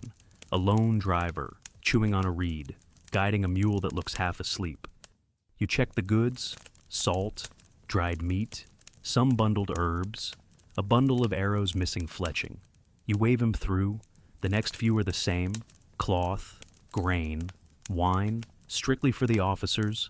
You get through the routine quickly, lift, check, nod, record. Then a cart comes that doesn't fit. 2 horses, 2 riders, 1 cart, but covered. Canvas draped over the entire thing, tied tight at the corners. They stop a little too far from the checkpoint. Toval stands. "So do you?" "Inventory?" you ask. One rider, a younger man with slick hair and too many teeth, replies, "Medical." You gesture to the tarp. "Uncover it." The man shakes his head. "Command orders. Sealed delivery." You glance at Toval. He's not smiling. "Orders go through us," you say calmly. You want to pass. You lift the tarp. The second rider shifts slightly in his saddle. He's older, quiet, watching everything. No time for delays, the young one says. People dying up north. Then uncover it quickly, Toval replies. There's a pause. Then the older rider sighs and nods once. The younger one hops down, grumbling, and unties the knots. He pulls back the tarp. Inside, bandages, yes. Bottles of clear liquid, rolled blankets, and tucked behind them, 3 crates sealed with red wax and iron clamps. No markings, no labels. Toval points. What's in those? Surgeon's tools. The young man lies. You both know it's a lie. Toval steps forward, pulls out a knife, and cracks the edge of one crate open. Just enough to peek inside. Coins, silver, dozens, maybe hundreds, stacked neatly like church offerings. You both look up. The younger man's smile is gone. The older rider finally speaks. You don't want to ask questions about this one. You say nothing because he's right. You retie the tarp. You wave them through. They pass without a word. Toval sits back down and says, "Well, I suppose even medicine needs funding." You don't respond. You record the cart as mixed supplies, and then you move on. Because there's always another cart, another barrel, another choice that won't be sung about later. By late afternoon, the road is dry again, and the wind has picked up. You eat bread that's gone stiff at the edges and drink from the same flask you've been rationing for days. Across the path, Toval starts carving something into the side of a crate. It's a bird, rough and crooked, but still flying. You watch the bird take shape under Toval's blade. It's not pretty. The wings are uneven, the beak too long, and one eye looks more like a dent than a mark. But it's unmistakably a bird. It has motion, direction, something that feels like escape carved right into the wood grain. And somehow, in the quiet that wraps around the checkpoint like fog, that feels like enough. Toval leans back, squinting at it, and says, "Not bad for a bored old man with a dull knife." You nod. It looks like it's trying to get away. He chuckles. "Aren't we all?" You don't answer. Instead, you look down the road again. The same road that's brought cart after cart of grain, bandages, tools, and silence. Some deliveries come with conversation, harmless banter, the odd rumor, bad jokes about officers and horses. But others carry more than just crates. They bring glances that linger too long, papers that are signed too quickly, cargo that smells too sharp for medicine. You've stopped asking. Because everyone's just trying to get through the day. And the truth, out here, is a luxury no one can afford. Another cart arrives, a merchant this time, face flushed from sun and nerves. He babbles about permits and inventory and how everything is above board. You and Toval check the crates, salted meat mostly, and wave him through. "Smelled worse," Toval mutters. You agree. By evening, the sun dips low enough to paint everything gold. Even the mud looks prettier in that light. The wind whistles through the cracks in the barrels, lifting a few loose leaves and carrying the scent of smoke from a campfire somewhere uphill. You sit on an overturned crate, sharpening your own blade now, not because it needs it, but because your hands want something to do. Across from you, Toval leans back against a post, chewing on a piece of grass, eyes half-lidded. "You ever think about what you'll do after this?" he asks suddenly. You stop sharpening. "After what?" "This," he says, gesturing vaguely. "All of it. The war, the mud, the blood, the endless counting of spoons and bandages like it means something." You think about it, not deeply, not dramatically, just honestly. "I don't know." He nods like he expected that. "I had a farm once," he says. "Chickens, mostly. One cow. Used to think I'd go back to it. Now I can't remember if the roof leaked or not. Funny what you forget." You watch a cloud drift across the setting sun. A slow shadow glides over the path, then disappears. "Maybe I'll go back to being nobody," you say. "Just someone who buys bread and doesn't get followed." Toval snorts. "Sounds like peace. Sounds like fiction." The checkpoint falls quiet again. And then, hoofbeats. You both sit up. It's not a cart this time. It's a messenger on a lean brown horse, cloak billowing behind him like a tattered flag. He reins in hard, dust rising around his boots, and tosses a sealed scroll to Toval. Priority route change, he says. Command's pulling resources north. Toval breaks the seal and reads. He sighs. We're to reroute all eastern caravans. Hold and redirect until further notice. No exceptions. The rider doesn't wait for questions. He's already gone. You exhale through your teeth. North? What's up there? Toval squints at the sky like the answer's hiding in the clouds. Rumors say movement. Could be a new front. Could be a mess. You start clearing space, shifting the barrels and crates to make a holding area. Toval repositions the sign, scrawling, route closed, hold for instruction underneath the old message in charcoal.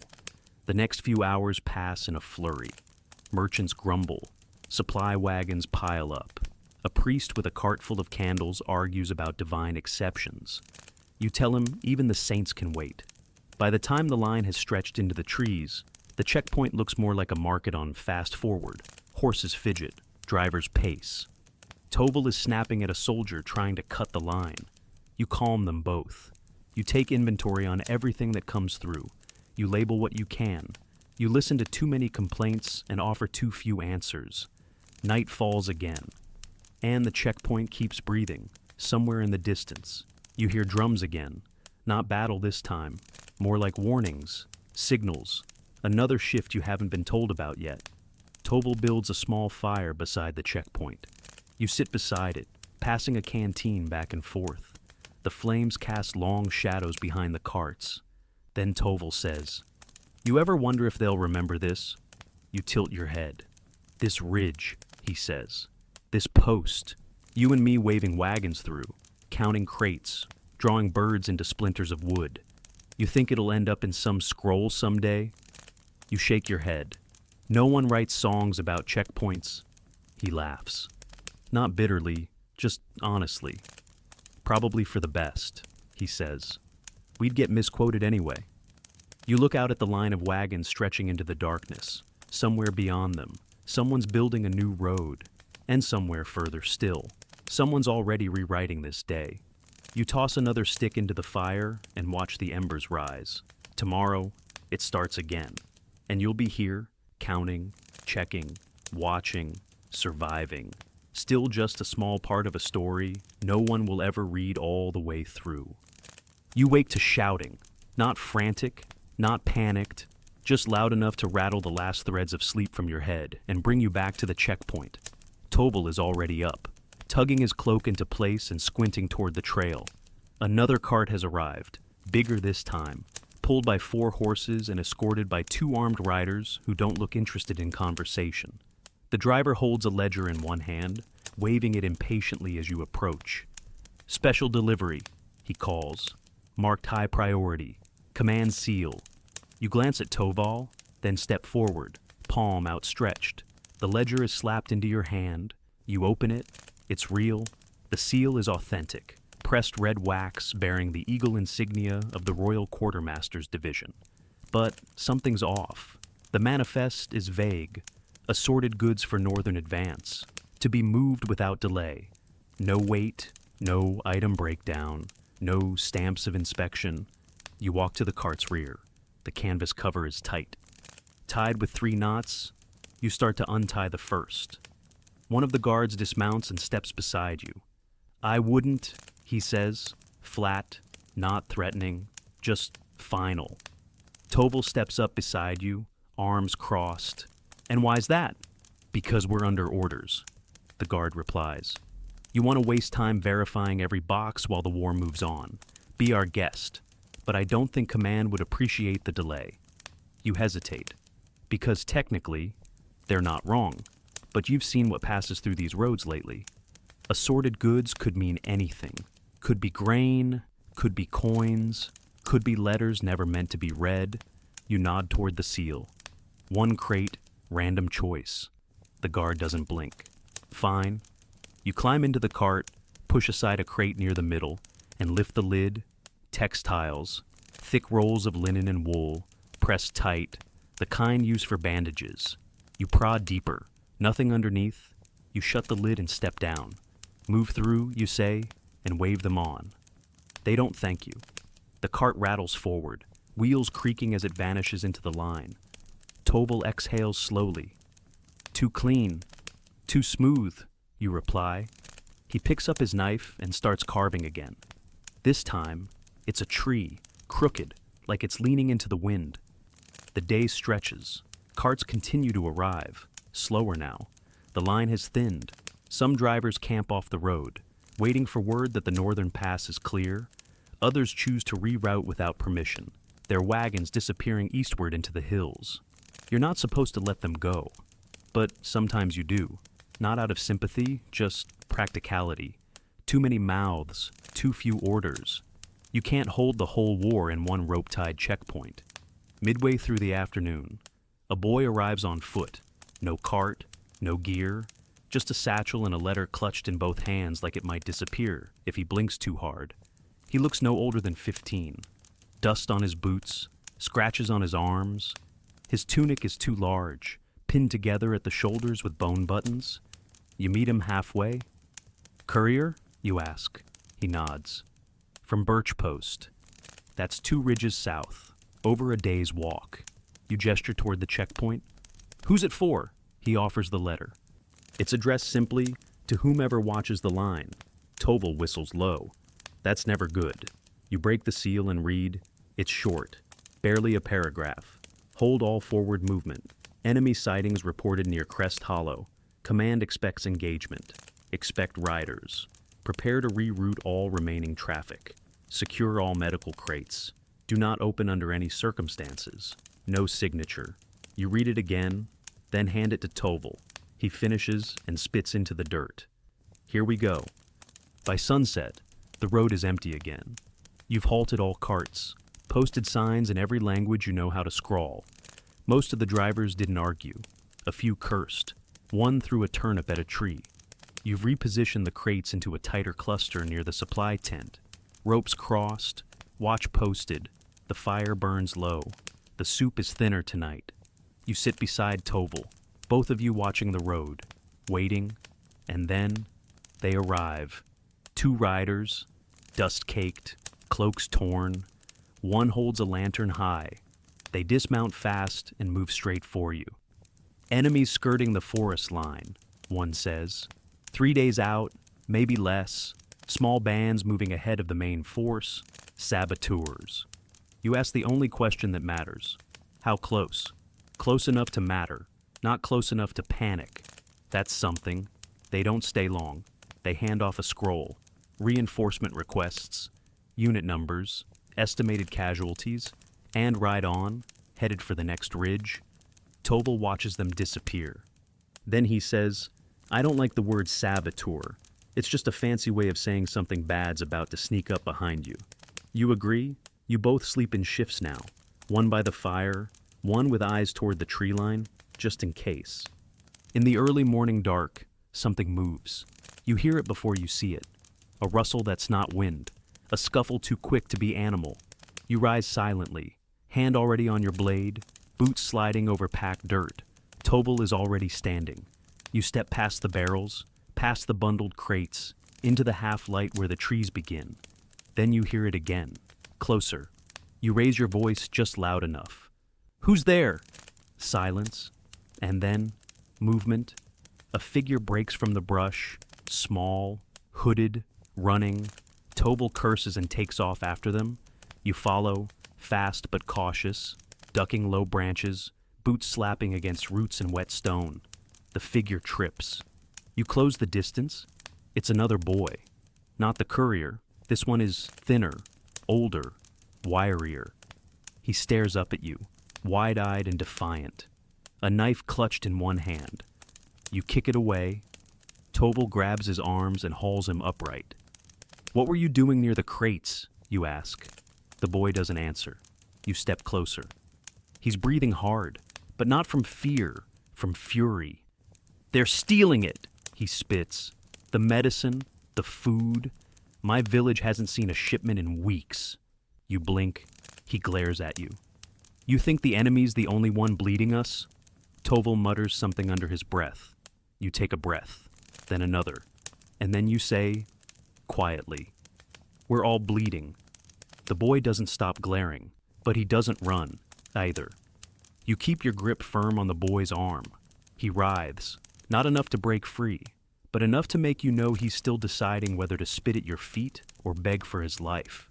Toval stands behind him, silent now, one hand still on the hilt of his knife, the other holding the boy's blade. You glance toward the crates, still roped, still untouched, and yet, somehow, this feels like a breach. The boy's breath slows. I wasn't going to steal it, he says, voice rough.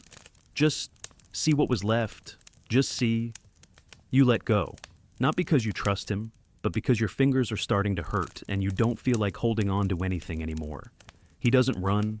He just stands there, arms tight at his sides, jaw clenched so hard it looks painful.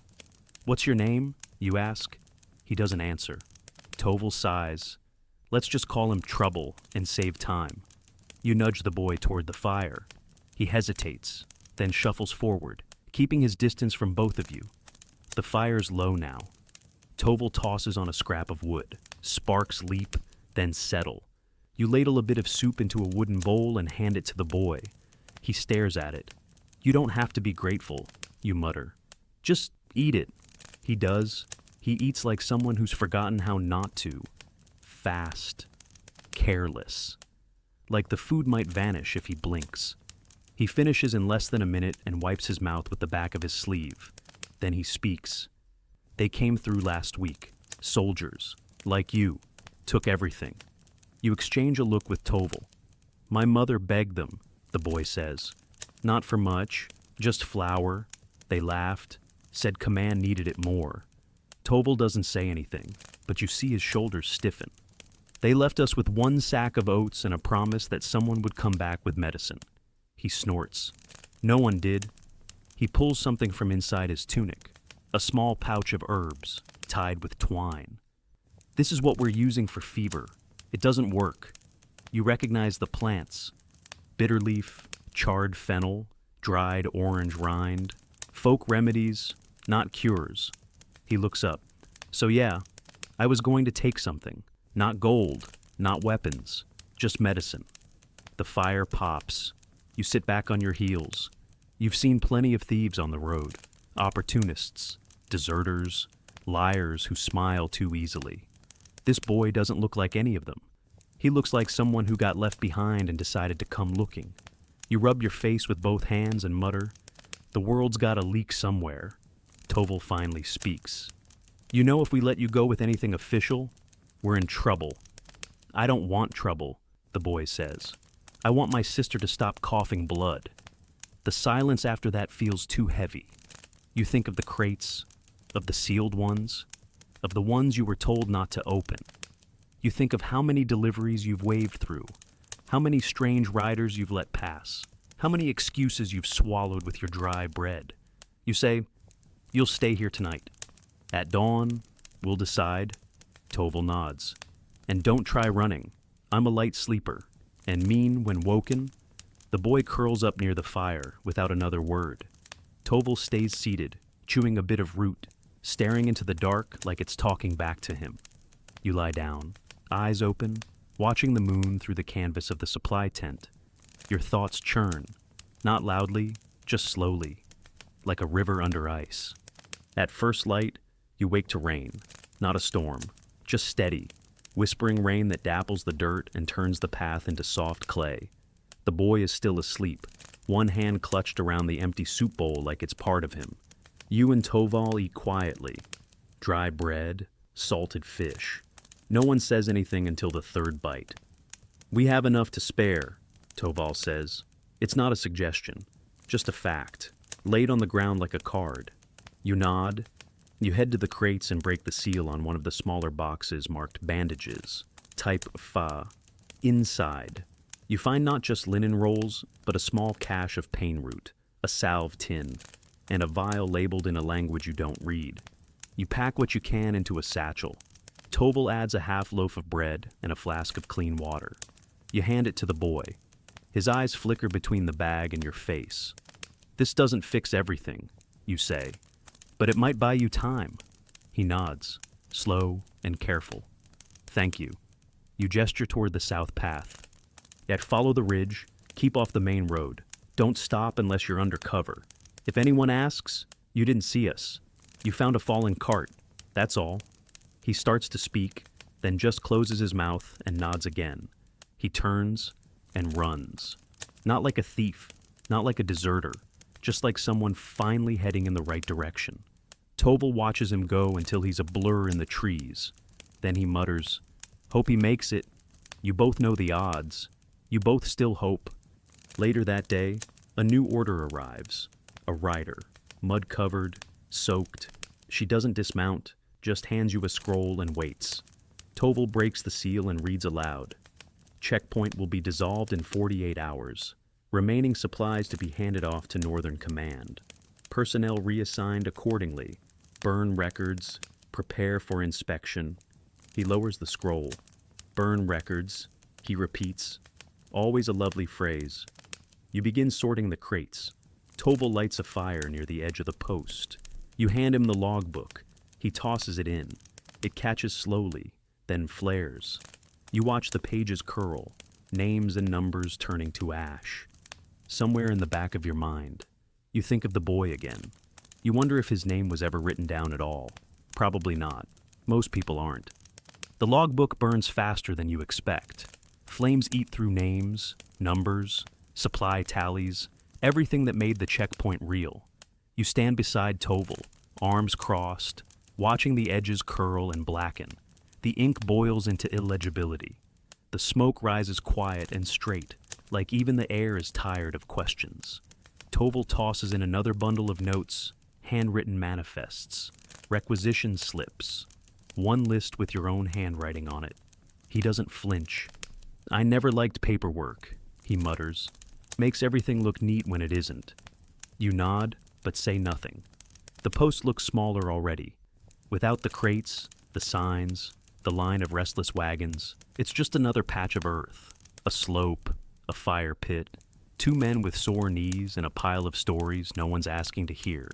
You finish sorting the last of the crates by midday. A new rider from Northern Command arrives just after. She dismounts briskly, says very little, and walks straight to the sealed cargo. She checks the tags, nods once, and calls over a team of pack horses waiting in the trees. The crates are loaded quickly, efficiently, no small talk, no ceremony. She signs a receipt and hands it to Toval. He stares at it for a beat, then pockets it without reading, and just like that, it's done. The crates are gone, the checkpoint is officially empty. You walk the perimeter one last time, boots squelching in the soft earth. The trees sway gently in the afternoon wind, and birds have begun to return to the edges of the trail, as if reclaiming what was always theirs. The rope boundary still hangs from the poles, frayed, sagging, unnecessary. You untie it, coil it loosely, and toss it onto the dwindling supply pile. Toval is already breaking down the tarp overhead, folding the canvas with practiced, almost reverent hands. A few soldiers drift past the ridge, heading north. Some nod at you, some don't. One salutes, awkwardly. You salute back, because it feels right. By sunset, the ridge is empty except for you, Toval, and the last fire. It crackles low, fed only by scraps. No one bothers gathering more wood. The silence stretches, and then, softly, Toval says, "So," you raise an eyebrow. He gestures at the empty trail. "What do you think that was?" You shake your head. A moment, he chuckles. "And what are we now?" You take a breath. "Leftovers." He grins. "Good. I was worried you'd say something poetic." You both laugh. It's quiet, crooked, but real.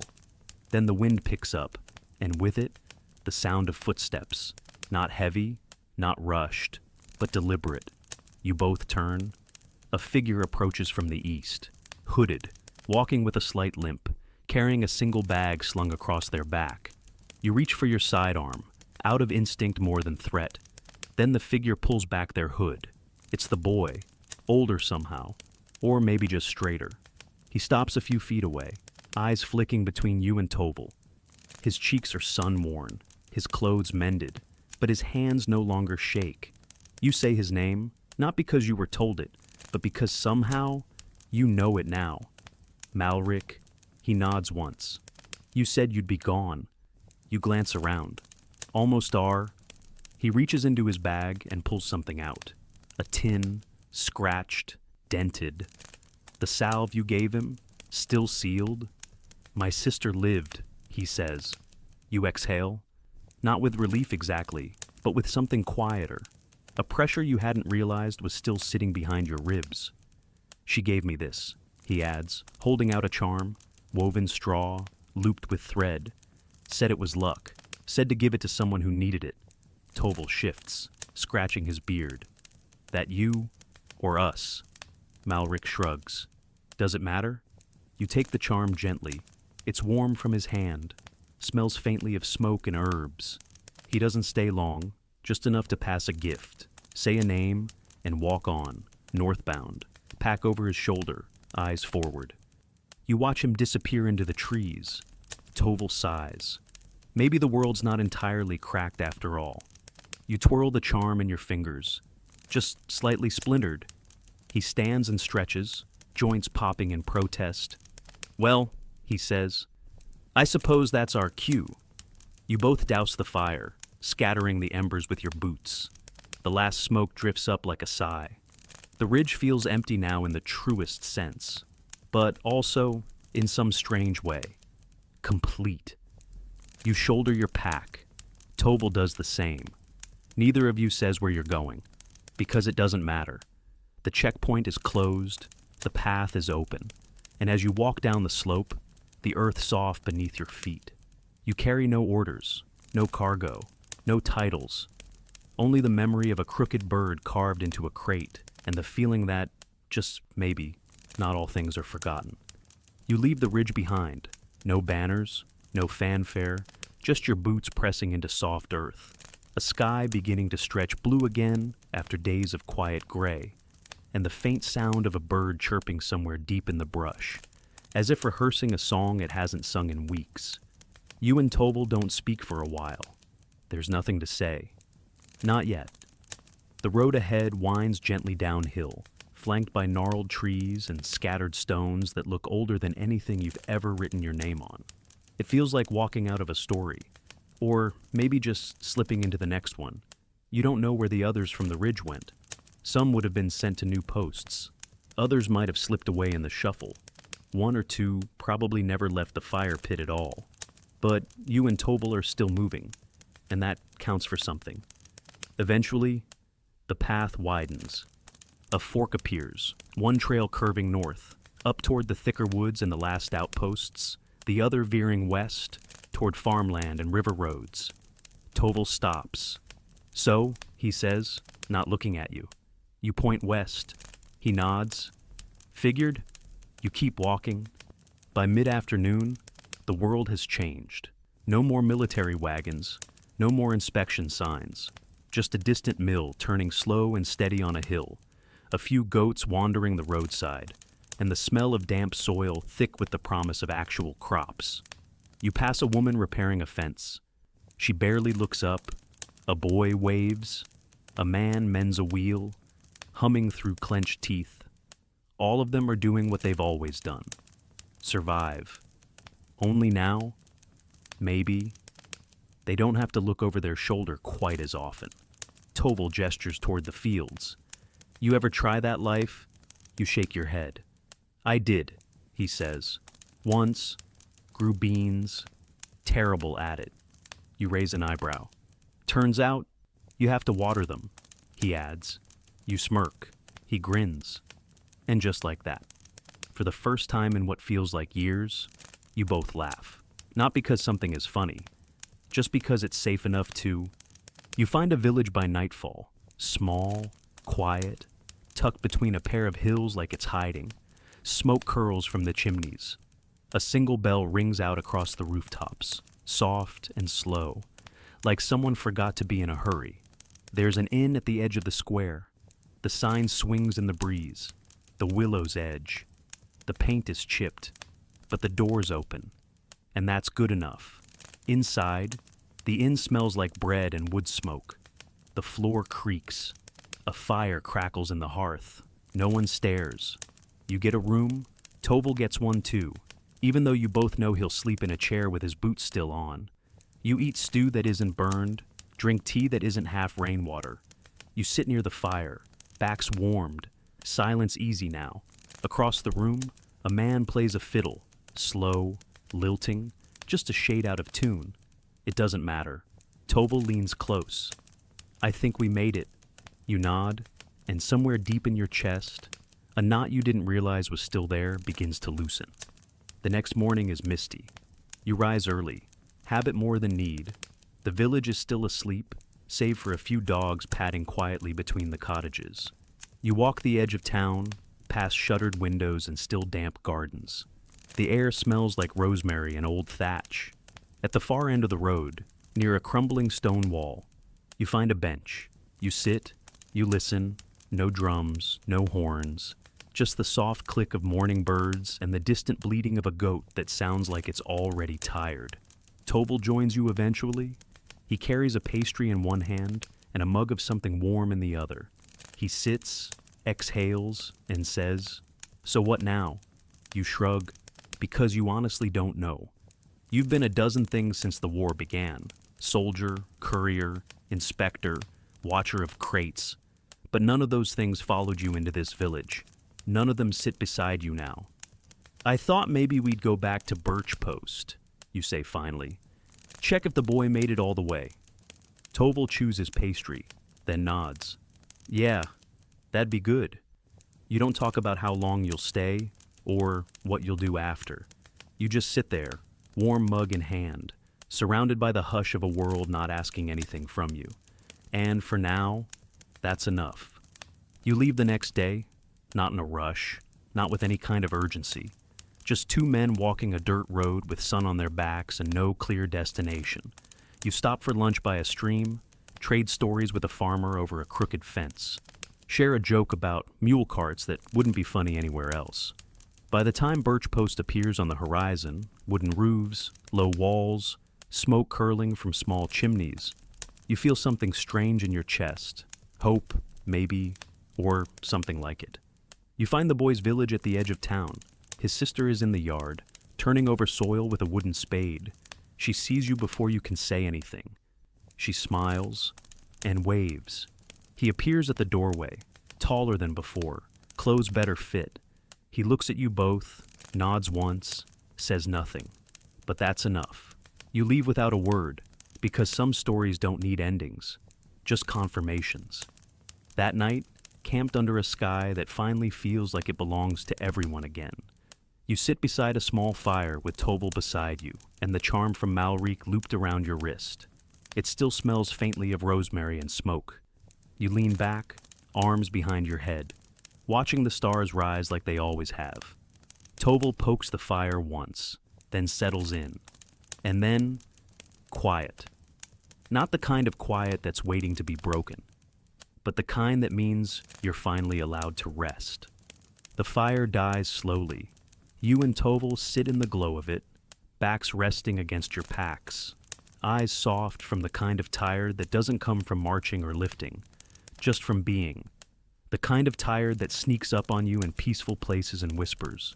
You made it, for now. Above you, the stars bloom. They seem brighter than before. Maybe it's the clean air. Maybe it's that you're finally far enough from war that the sky feels honest again. You spot the familiar constellations, the crooked spear, the hollow crown, the dog with two tails. They were always there. You'd just forgotten to look up. Toval shifts beside you, scratching at the fabric behind his knee. You know, he says, for a while there, I didn't think we'd ever see a sky that wasn't on fire. You hum in agreement, or smell air that didn't come with ash. He snorts, or sleep without one eye open and a knife in hand. You glance down at your blade. It's still within reach. Habit, not necessity. But the hand doesn't move to grip it. Not tonight. There's a kind of reverence in the silence that follows. Not solemn, just full, like a long-held breath being released. The trees rustle gently in the night breeze. A cricket starts up somewhere nearby, testing its voice against the hush. Toval tosses a twig into the coals. It hisses, then folds into the embers without complaint. "You think it stays this quiet?" he asks.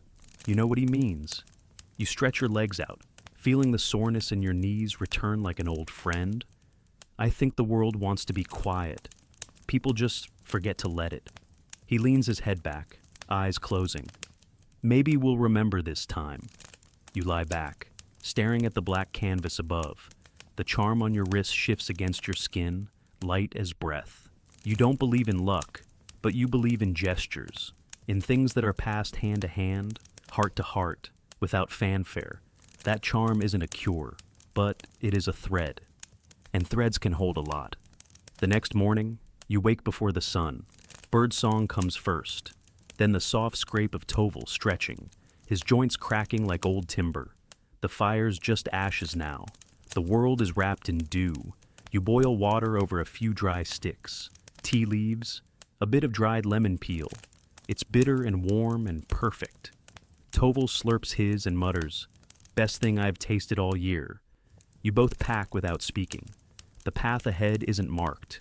No signs, no orders, just a fork in the road and the knowledge that neither choice requires permission. You point south. Toval lifts an eyebrow. "Any reason?" "There's a village down that way," you say. "I think they could use a hand." He grunts. "They always can, and that's that." You reach the village by noon. It's small, barely more than a cluster of stone cottages and a central well. A field to one side, a collapsed roof to the other. A woman is trying to corral 3 goats with a stick and a shout. 2 men dig a trench near the edge of the woods. A child stares at you from behind a curtain, then disappears. You're not wearing armor? That helps. You ask who's in charge. You're told, "Whoever has the least blisters today," so you roll up your sleeves. By the end of the first hour, your hands are blistered too. Toval ends up helping with the well. It's misaligned, tilting hard to one side from years of erosion. He talks to it like it's a mule, muttering under his breath while hauling stones and realigning the frame. You help clear a fallen tree. Then someone hands you a hammer. You've never rebuilt a roof before. Turns out, most of them haven't either. But you learn together. By evening, the villagers are starting to smile at you. Not full grins, not yet, but the kind that curve up at the corners when they forget to be suspicious. That night, you sleep in an empty barn, hay beneath your back, the sound of owls keeping time. Toval snores softly. You let him. The charm is still on your wrist. Days pass. The roof is fixed. The goats are less chaotic. The well works better than it has in years. You teach a boy how to wrap a bandage so it won't slip. Toval carves another bird into the new lintel beam, just above the doorway. Someone hangs a small bouquet of herbs beneath it. You don't ask what they mean. Some things don't need translating. On the 5th day, a messenger arrives. No armor, no seal, just dust on his boots and a note folded 3 times. He asks if you're the one who used to man the checkpoint. You nod. He hands you the letter and waits. You read it. It's short, just a few lines. From a commander you barely knew.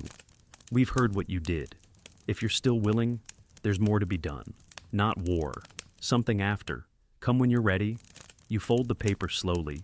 The messenger doesn't push. When you look up, you ask, "How far is it?" 3 days east, he says, past the stone bridges, before the forest ends. You nod. Then you return to the barn and sit in the doorway, watching the sun settle behind the hills. Toval joins you, stretching out his legs. He doesn't ask what's in the note, just waits. You pass it to him. He reads it once, then folds it again with careful fingers. "Well," he says, "you always were terrible at doing nothing." You smile. 3 days, you say. "We could walk slow," he shrugs. "Or we could finish fixing that fence first." You both look at the crooked slats and sagging post, and you both stand, because the future can wait. The fence is leaning, and sometimes, the most important thing in the world is just to make something stand again. The fence takes longer than it should, not because it's complicated, just old, warped, and stubborn, like it's gotten used to leaning and doesn't see the point of standing up straight again. You and Toval don't rush it. You work in slow stretches, taking breaks to sip water and argue about which post goes where. The villagers offer advice. Most of it's wrong, but you nod politely anyway. A boy offers nails, a girl brings string. You use both, whether you need them or not. By mid-afternoon, it's done. Not perfect, but upright, solid, proud. In the way only a fence can be, when people stop to admire it and say, well, it's better than before. You dust off your hands and step back. Toval squints at the finish line of wood and says, it's a shame the goats are just going to knock it over again. You grin, then we'll fix it again. He stretches his back with a wince and mutters, that's the problem with building something. You get attached. You both laugh. Quietly. Like you're in on a secret the world doesn't know yet. The sun is low now. Your shadows stretch long across the field. It's time. You gather your packs. The villagers gather, too. Not in ceremony, just habit. People always come to see departures, even when they don't say anything. The boy with the nails stands beside the girl with the string. The woman with the goats nods once and wipes her hands on her apron. An old man offers you a strip of dried apple. You take it. Toval shakes hands. So do you. It all feels strangely sacred, though no one speaks the words. When you leave, it's with full packs and lighter shoulders. You and Toval walk east. The road is quiet, grass grows in the cracks, a few birds circle overhead, and once, you spot a fox darting across a hill with something red in its teeth. You talk, but not constantly. Sometimes, silence is the better companion. You share dried fruit, pieces of hard bread, a bottle of something sharp that tastes like regret and celebration mixed in equal parts. At night, you make small fires and tell stories you're not sure are true. It doesn't matter. Toval adds ridiculous details. You pretend to believe them. The second day, it rains, not hard, just steady. Enough to soak your boots and make your cloak cling to your arms, but you don't mind. The air smells like pine and clean earth, and the water's warm for once. Toval slips twice in the mud and curses dramatically. You mock him. He pretends to be wounded. You pull him up with exaggerated effort, both of you laughing through the drizzle. By evening, you reach the edge of a forest. Tall trees. Pale bark. The kind of quiet that feels more alive than empty. You set up camp beneath a leaning pine and sleep to the sound of water dripping through leaves. The third day dawns golden. Sunlight streaks through branches like someone spilled light across the sky by accident. The road curves gently now, following the river. You walk slower, not from weariness, just awareness. You're close. Around midday, you reach it. A new checkpoint, not like the old one. This one is cleaner, smaller, with fewer weapons and more tools. A half-built hall stands in the center. Roof beams exposed, ladders leaning against its sides. People are working, digging, painting, carrying buckets of lime and stone. It smells like wet wood and promise. A woman meets you at the entrance. She's wearing a leather apron, sleeves rolled, hair braided tight against her head. Her face is lined, not with age, but effort. You're late, she says. Toval chuckles. We got distracted by a fence. She narrows her eyes like she's deciding if that's a joke or not, then waves you through. No uniforms, she says. No drills. Just hands and heads. If you're good with either, you're welcome. You nod. She points to a board nailed to a post. Rows of names, jobs, rotations, meals. Pick something, or tell me what we're missing. Toval's eyes scan the list. You're missing sarcasm. She doesn't blink. We have too much of that already. Try again. You find your name already written, faint, scratched in, but there. You touch the edge of the letters, real. You take up a hammer, Toval grabs a ledger, and just like that, you start again. The days blur, not in exhaustion, but in rhythm. There's something about work that builds more than buildings. You lift beams, mend stairs, teach a boy how to sharpen a chisel without slicing his thumb. Toval keeps accounts, but also rewrites the notice board into something legible, with tiny drawings in the margins. You suspect he's sneaking jokes into the corner of every page. People come and go. Some stay a night, some for a week, some never leave. The sound of hammers becomes its own kind of heartbeat. Someone plants a garden. Someone else starts sketching plans for a library. No one asks why. No one stops them. Evenings are soft. Food is shared. Stories, too. You sit beneath lanterns that flicker in the dusk. The charm still looped around your wrist like a quiet oath.